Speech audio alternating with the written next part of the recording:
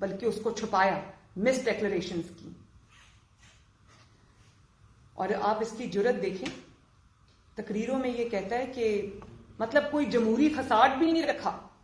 تقریروں میں ان کو کہتا ہے کہ ہم تو اس لیے چھپ چھپ کے مل رہے تھے. اس کے پارٹی کے لوگ یہ کہتے ہیں، شاہ محمود قریشی صاحب نے یہ بات کی، اسد عمر صاحب نے یہ بات کی کہ ہم تو جلدی الیکشن چاہتے تھے تو ہم تو اسٹیبلشمنٹ سے اس لیے مل رہے تھے. تو بھائی آپ کو جلدی الیکشن، آپ کی تو اے بی سی سیاست کی غلط ہے، آپ کی تو بیسک فاؤنڈیشن جو بنی ہوئی ہے وہی غلط ہے سیاست کی. آپ کس سے مانگ رہے؟ اسٹیبلشمنٹ سے الیکشن مانگ رہے. الیکشن کرانا یا نہ کرانا اسٹیبلشمنٹ کا کام ہے. آپ کو یہ بات کرتے ہوئے بھی شرم آنی چاہیے. اپنا کوئی آپ نے جمہوری فساد ہی رکھ لیا ہوتا، آپ نے کوئی نقاب بھی اوڑھ لیا ہوتا کہ انسان کو سمجھ تو آتی آپ کیا رہے ہیں.